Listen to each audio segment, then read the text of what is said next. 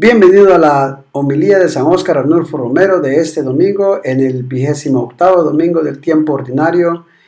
Homilía que San Óscar Romero pronunció el 9 de octubre de 1977 y a la que le dio como título La Iglesia de la Promoción Integral.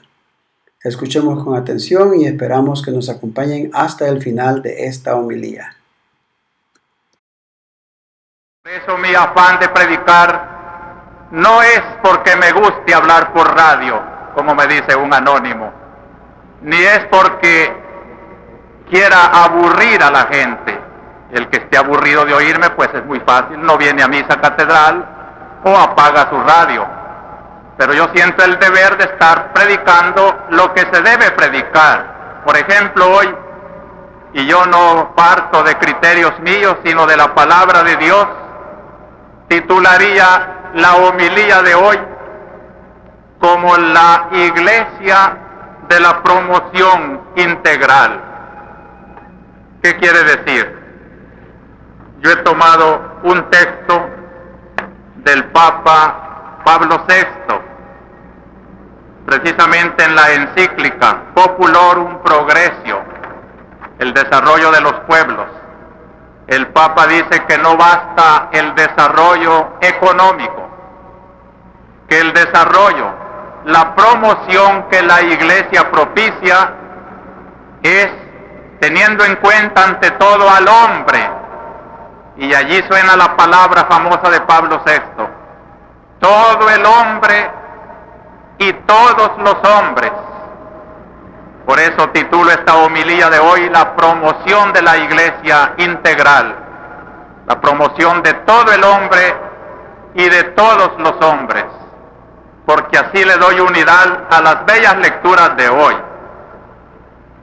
La primera lectura y el Evangelio nos introducen en el mundo triste de la enfermedad, en una de sus expresiones más dolorosas, la lepra. Y desde la lepra, la enfermedad, consecuencia del pecado, el profeta Eliseo y el mismo Cristo toman actitudes de liberación. Si la enfermedad es una triste consecuencia del pecado, hay que librar al hombre del pecado y de su consecuencia. He allí la norma de la Iglesia en la promoción humana. Las masas de miseria, dijeron los obispos en Medellín, son un pecado, una injusticia que clama al cielo. La marginación, el hambre, el analfabetismo, la desnutrición y tantas otras cosas miserables que se entran por todos los poros de nuestro ser, son consecuencias del pecado de aquellos que lo acumulan todo y no tienen para los demás, y también del pecado de los que no teniendo nada, no luchan por su promoción, son conformistas, haraganes, no luchan por promoverse. Pero muchas veces no luchan no por su culpa, es que hay una serie de condicionamientos, de estructuras que no los dejan progresar. Es un conjunto pues de pecado mutuo, y de ese pecado que Medellín llama injusticia institucionalizada, injusticia hecha ambiente. De allí derivan estas situaciones que las lecturas de hoy nos las plastifican en la figura del leproso de Siria, que llega a buscar redención junto a un profeta de Dios, y en la angustia de 10 leprosos que gritan a Cristo: Señor, ten piedad de nosotros.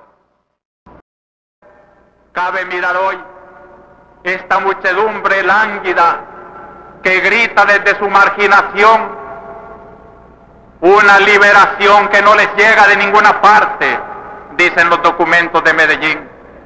Y la Iglesia fiel a Jesucristo sería cruel si, como los sacerdotes del Evangelio, dan media vuelta, se van de largo y no se fijan en el pobre herido del camino.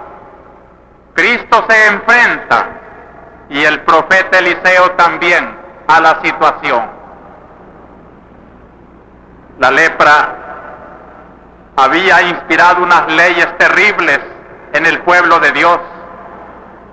Lean en el Levítico: el que se encuentra marcado con esa enfermedad espantosa tiene que salir de la comunidad humana y tiene que irse a vivir a los montes. Y cada vez que se acerca una persona tiene que gritar: inmundo, inmundo. Sonaba como un grito de sepulcro, esa voz de los pobres leprosos que desde los caminos gritaban al que se acercaba para que se apartara de allí: inmundo, sucio, no te acerques, te vamos a contaminar. Esta angustia los obligaba a reunirse. Sociedad en el dolor. El hombre tiene derecho a asociarse, aunque sea un leproso, un campesino, un obrero, un hombre que necesita surgir de su postración, se apoya en otros. ¿Por qué se va a condenar, pues, la organización? Cristo vio acercarse una organización de leprosos. Por cierto, uno de ellos era samaritano, y los samaritanos y los judíos no se entendían.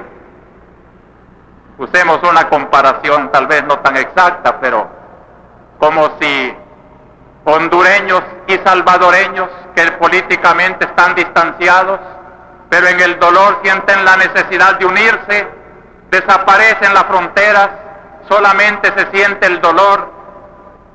Este samaritano no se sentía mal, sino al contrario, se sentía hermano de sus hermanos políticos, de sus enemigos políticos, los judíos, y con ellos va al encuentro del Señor. Naamán era un extranjero, y por una noticia de una muchachita, una sirvienta de su casa que era judía, que le dice: en mi tierra hay un profeta, él te podía curar. Aquel hombre, con todo el orgullo de su casta, su situación social, al fin atiende la vocecita de aquella sirvienta y va y sucede lo que hoy se ha leído.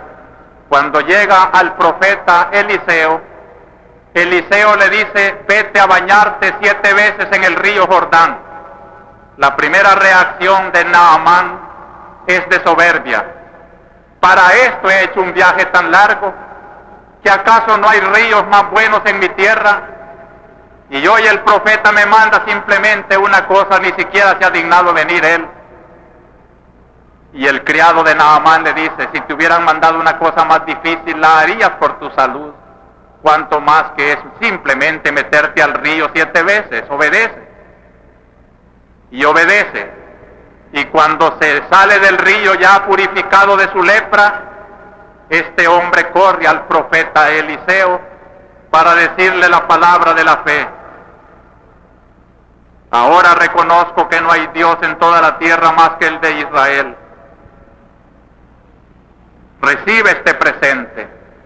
Y Eliseo no quiso recibir nada. Figura simpática la de Eliseo. Pertenece al libro de los reyes. Todavía no son los profetas los protagonistas de la historia de Israel. Los reyes son, entre los cuales se destaca Salomón y David, que le han dado la constitución política al reino de Israel. Pero siempre junto a esos reyes había hombres como los confesores, como los predicadores que actualmente tenían los reyes católicos. Uno de estos era Eliseo, una especie de confesor del rey, que el soplo de la palabra divina llegaba a la política de los reyes a través de sus profetas, y dichosos los gobernantes que atendían la voz de sus profetas, y pobres los gobernantes que despreciaban las voces de los profetas. De esto está llena estas páginas del libro de los Reyes. Uno de esos profetas que compartían su vida entre el consejo de la corte donde iba a aconsejar al rey Jeroboam y su vida común de los hermanos profetas, se llamaban esas comunidades, donde los profetas en oración, en meditación, escuchaban la palabra de Dios para llevarla luego al mundo. Eliseo, que comprendió en su meditación y en su misma actuación frente a la corte que él no era más que un instrumento de Dios, tenía de sí un concepto tan humilde que cuando este sujeto del milagro le quiere ofrecer grandes cantidades de dinero que traía para recompensar al que le hiciera el favor de limpiarlo, no le recibe nada. Le dice el profeta: juro por Dios a quien sirvo que no aceptaré nada. Qué hermoso gesto.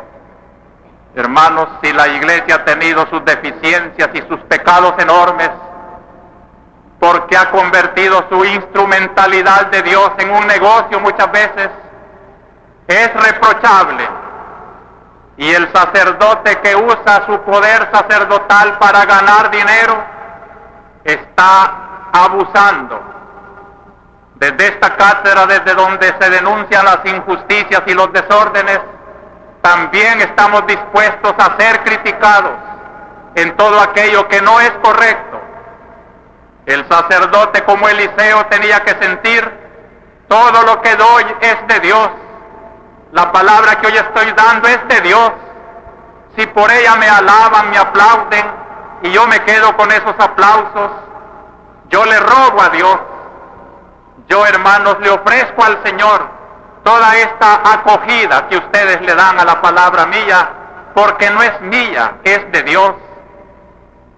Y si nosotros necesitamos dinero porque somos hombres y tenemos que comer y vestir y tenemos que atender también las oficinas, los templos desde donde les atendemos a ustedes, eso es distinto.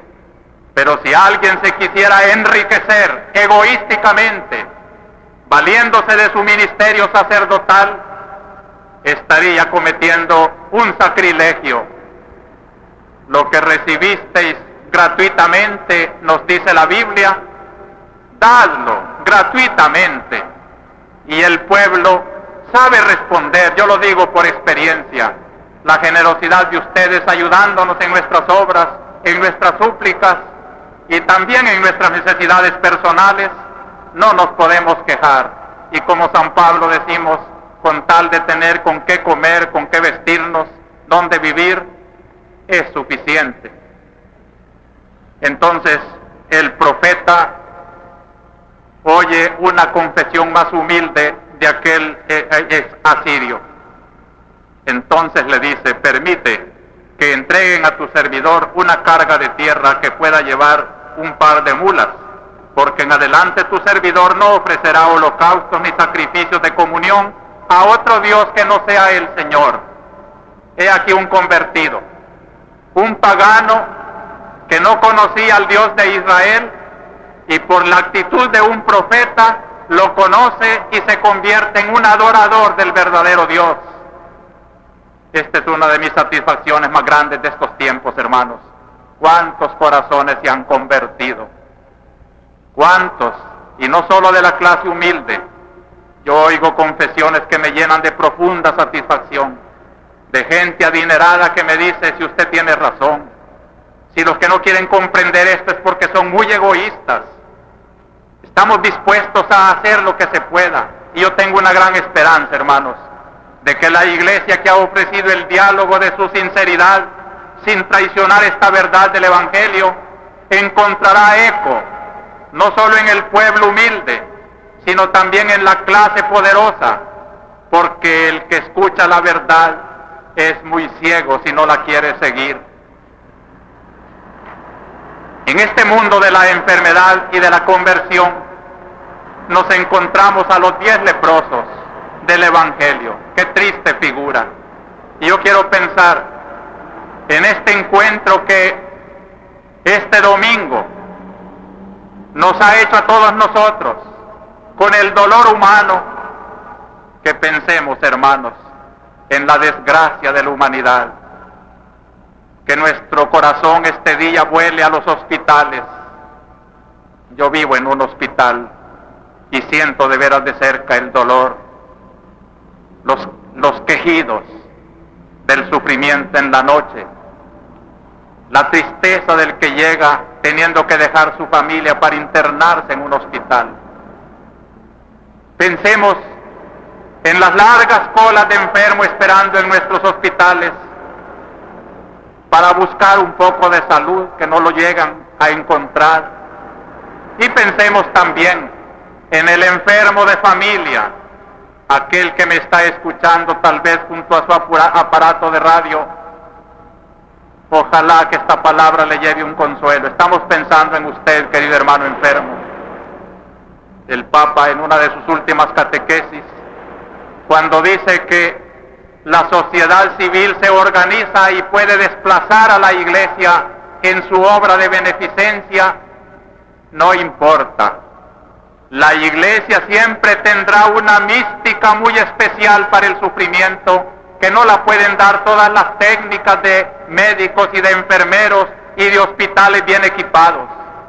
Esos centros, esas técnicas, muchas veces cosifican, es decir, hacen del enfermo una cosa, ya casi ni se le llama por su nombre, solo el número, el enfermo número tal, como si fuera algo irracional.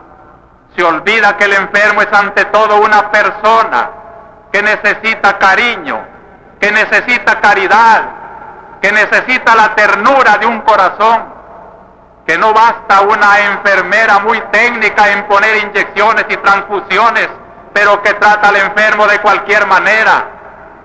Esta hora de compasión para el enfermo lleve un llamamiento al médico, a la enfermera, al hospital, para que humanicen cada vez con más delicadeza esa misión de quien trata no a un animal ni a una cosa, sino a un ser humano que tiene su corazón compartido con una familia con la que no está, que le hace falta el cariño de aquellas manos que lo saben tratar bien en su casa. He aquí el ambiente del enfermo. También él tiene que elevarse a la comprensión de que su dolor no es inútil, de que aunque lo tratemos como un ser inútil, y hermanos, ya va llegando la teoría que ya usó Hitler y su sistema en Alemania, de eliminar todo ser inútil, un viejo, un enfermo que ya no sirve, se le elimina. ¡Qué inhumano! A esto se puede llegar cuando no se ha tenido cuidado también de la vida que comienza. Si se trata así, el germen de hombre que está en la entraña de una mujer embarazada y se provoca el aborto, es un asesinato. Y lo peor, la madre asesina de su propio hijo. De ese paso, de la falta de amor a un ser ya concebido, no hay más que un pequeño paso al viejo, al enfermo, al inútil. Si estorba un feto que ya es vida humana en la entraña de una mujer, también estorba un viejo cuando no hay sentido de caridad en un hogar. Y no hay más que un proceso lógico. Si es lógico el aborto, es lógico también este proceso de eliminación. Es necesario humanizar las relaciones con los que sufren, con los que parecen inútiles. El gran misterio nos lo deja Cristo. En el día del juicio nos va a juzgar en la medida en que tratamos al necesitado, porque todo lo que hiciste con uno de ellos, conmigo lo hiciste. Por eso les decía al principio que los considerandos políticos, higiénicos, técnicos de los hombres se quedan muy por abajo de los considerandos cristianos de un cristiano que sabe que lo que hace a un enfermo, a un pobre, a un miserable, ¿verdad, hermanos? Quiero sacar esta conclusión. Decía que Pablo VI decía, es necesario promover todo el hombre. Y aquí tenemos, cuando Cristo se preocupa del enfermo, del cuerpo, lo está salvando no solo en su alma.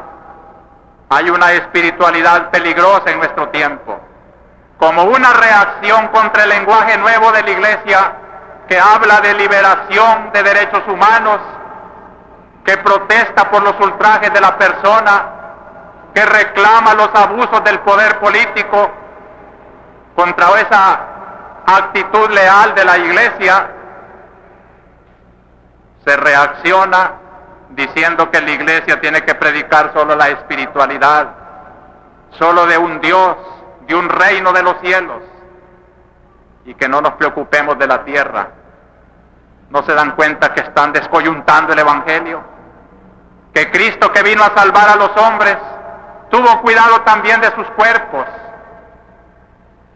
Y a los 10 leprosos, como Eliseo a Naamán, los cura, usando el ministerio de los sacerdotes. Vayan a mostrarse a los sacerdotes. Lean en el Levítico la hermosa ceremonia del sacerdote que incorpora de nuevo a un leproso ya curado. Toda una consagración para incorporarse al pueblo de Dios. Cristo respeta las leyes eclesiásticas de su tiempo, como las debemos de respetar todos.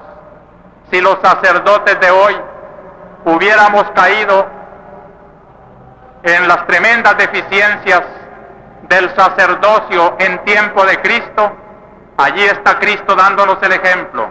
Respeto a las leyes que están en manos de los sacerdotes. Vete a mostrar a los sacerdotes. Y cuando iban de camino quedaron curados por su obediencia. De seguro que continuaron llegando al sacerdote para que impusiera las manos y los incorporara ya sanos al pueblo de Dios. Pero este samaritano, precisamente el enemigo político del pueblo de Jesús, vuelve ante Jesús, el judío, pero que es Dios, y de rodillas, de bruces, cantando gloria a Dios, le da gracias porque lo ha curado. He aquí el hombre que siente que la promoción de la Iglesia no solamente es el perdón de su pecado, sino que también le ha dado salud a su cuerpo. La Iglesia está empeñada hoy. Acaba de salir un documento de la Santa Sede, que se lo voy a dar a conocer en orientación, de cómo hoy no se puede separar la promoción humana, el cuidado de los cuerpos, de los derechos humanos de la tierra, de esta obra de evangelización de la Iglesia, de tal manera que no hay por qué poner una dicotomía entre los derechos de Dios y los derechos del hombre, como si el que habla de los derechos de Dios se olvidara de los derechos del hombre, o viceversa. Cuando hablamos de los derechos del hombre, estamos pensando en el hombre imagen de Dios, estamos defendiendo a Dios. Por eso les repito que la perspectiva de la Iglesia es religiosa, es hacia Dios, no es de conveniencia política. Esto quiere decir, pues, la frase de Pablo VI, la promoción de todo el hombre, alma y cuerpo, corazón e inteligencia, relaciones sociales, que sintamos la igualdad que Dios ha querido de todos sus hijos, que organicemos un mundo más conforme a esta promoción integral de todo el hombre, que todo el hombre sienta la capacidad de desarrollar toda su capacidad, de salir de la enfermedad, de encontrar hospitales donde curarse, de encontrar escuelas para todos sus niños, que no se queden analfabetas, de promover, pues, en todos los sentidos, el desarrollo humano integral de todo el hombre. Y en segundo lugar, la promoción de todos los hombres. Quiero fijarme, y estamos en el mes de las misiones, que este leproso que curó el profeta Eliseo venía de un país extranjero. Cristo lo hace notar una vez en su evangelio cuando dice: había muchos leprosos en Israel en tiempos de Eliseo. Sin embargo, a ninguno de ellos fue enviado sino a Naamán el sirio, un pagano, uno que vivía más allá de las fronteras, y en aquel tiempo no ser judío era ser considerado como perro, como extraño. Si un perro, un extraño, viene al profeta inspirado por Dios, sabe que Dios es Padre de todos los hombres, que para Dios no hay quienes se sientan a la mesa y quienes se quedan como perros a recibir las migajas, que para Dios todos son comensales del gran banquete de la vida que Él nos ha servido. Y por eso para todos piensa la promoción, para todos los hombres. Este es el sentido misionero. La Iglesia desde todos los tiempos, dice la encíclica Populorum Progressio, se ha preocupado por llevar la promoción a todos los pueblos de la tierra, no para apoderarse del poder de nadie. Ténganlo bien claro los políticos.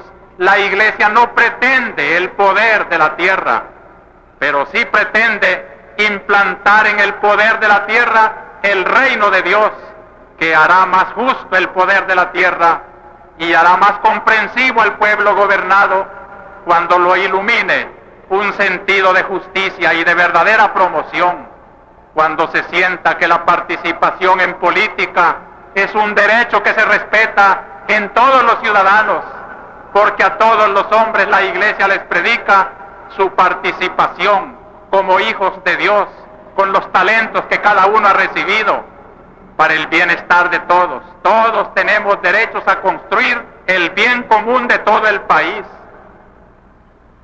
Y así la Iglesia va promoviendo por todas partes. Si esto es subversión, la Iglesia sabe que no lo es, sino que es promoción desde todos los pueblos, respetando la idiosincrasia de cada país. Y si alguna vez, dice la encíclica Populorum Progressio, los misioneros, imbuidos en una cultura de su país, sintieron que se traslucía algo del mensaje de Cristo, de su propio modo de pensar como europeos, ahora la Iglesia está tratando de corregir y sabe que eso fue un error y trata de identificarse tanto con el pueblo misionado que no le interesan ya tanto los intereses de su país, sino del pueblo cuya arte, ciencia, idiosincrasia, raza, modo de ser, lo promueve, lo diviniza.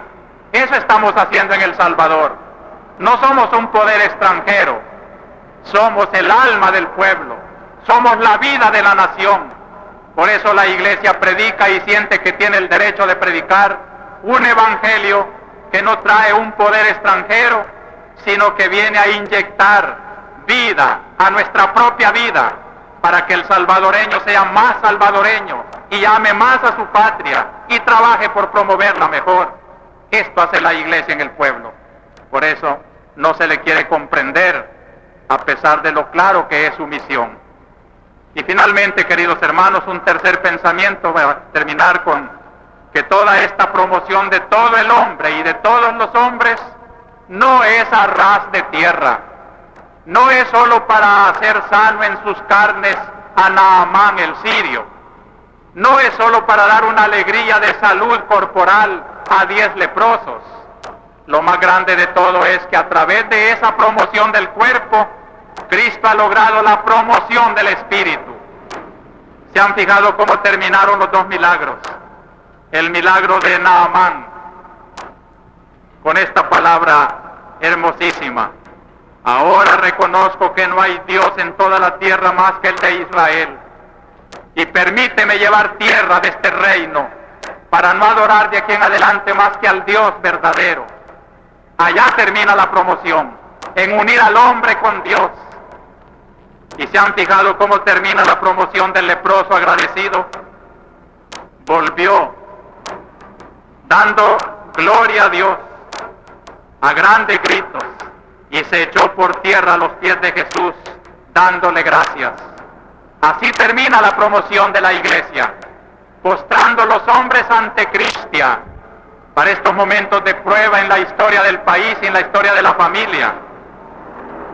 San Pablo, escribiéndole a Timoteo, ya está prisionero, está encadenado, pero desde sus cadenas puede decir San Pablo esta mañana: la palabra de Dios no está encadenada. ¡Qué libertad la que produce esta fe cristiana! Una iglesia perseguida, torturada, asesinada, puede decir como San Pablo, pero la palabra de Dios no está amarrada. El hecho es que cuando quisieron apagar la voz del Padre Grande para que los curas tuvieran miedo y no siguieran hablando, han despertado el sentido profético de nuestra iglesia, la cual se desencadena porque sabe que no le pueden matar la palabra en los labios, que seguirá vibrando a través de una iglesia que lleva la promesa de Cristo hasta la consumación de los siglos. ¿Y qué tiene que predicar el predicador de esa palabra que no se deja amarrar? La fidelidad a Dios. Dice San Pablo, esta es la doctrina segura, que Cristo es nacido del linaje de David. En cuanto hombre, pertenece a raza de reyes. Pero no es eso lo más grande. Lo más grande es que éste ha resucitado de entre los muertos. Hermanos, ¿qué miedo puede tener un hombre que cree en aquel que cuando lo mataron resucitará para siempre? Se ha perdido la esperanza de muchos en esta resurrección y por eso tienen miedo. Pero ha despertado la esperanza de muchos que quisieran ser matados para participar con Cristo en su martirio y resucitar con Cristo en una gloria que no tendrá fin. Y por eso la consigna de San Pablo para terminar: si morimos con Él, viviremos con Él. Si perseveramos, reinaremos con Él.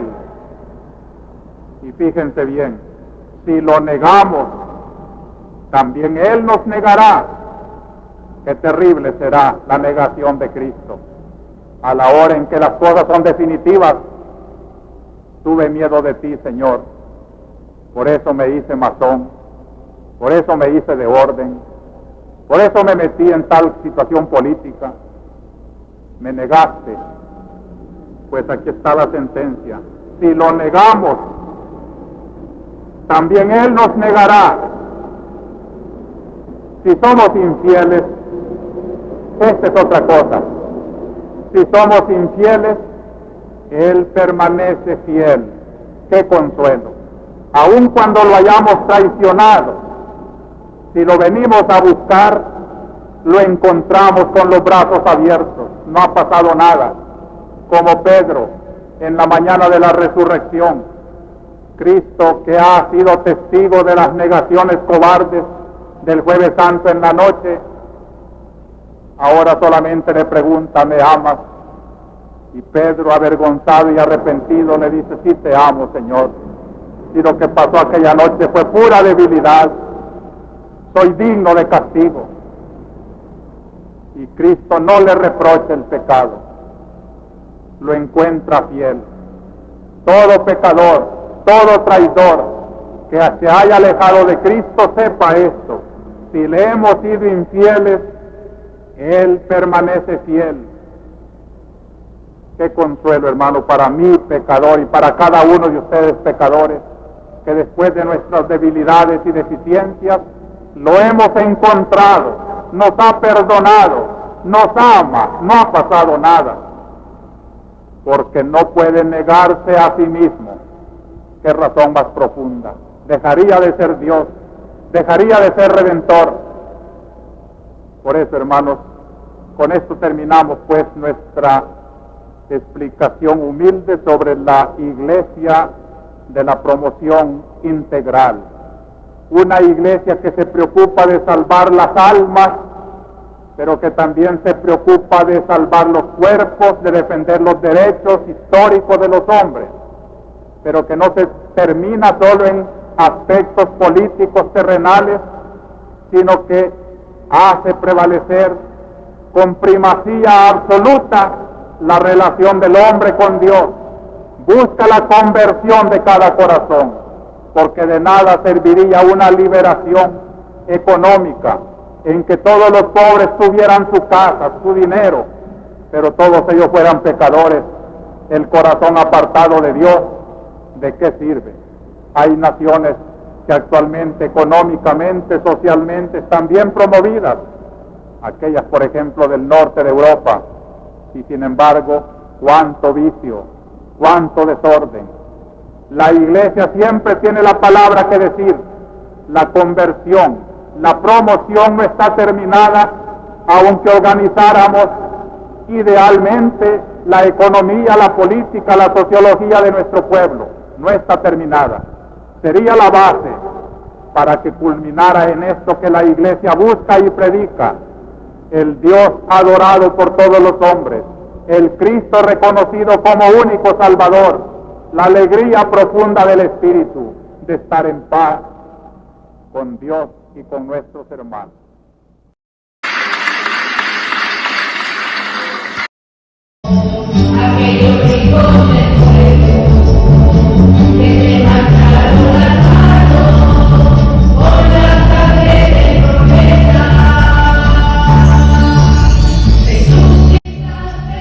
Muchas gracias por llegar hasta el final. Esperamos que comparta este mensaje con amigos, familiares y conocidos. No olvide dejar pulgar arriba y su comentario. Dios nos bendiga. Adiós.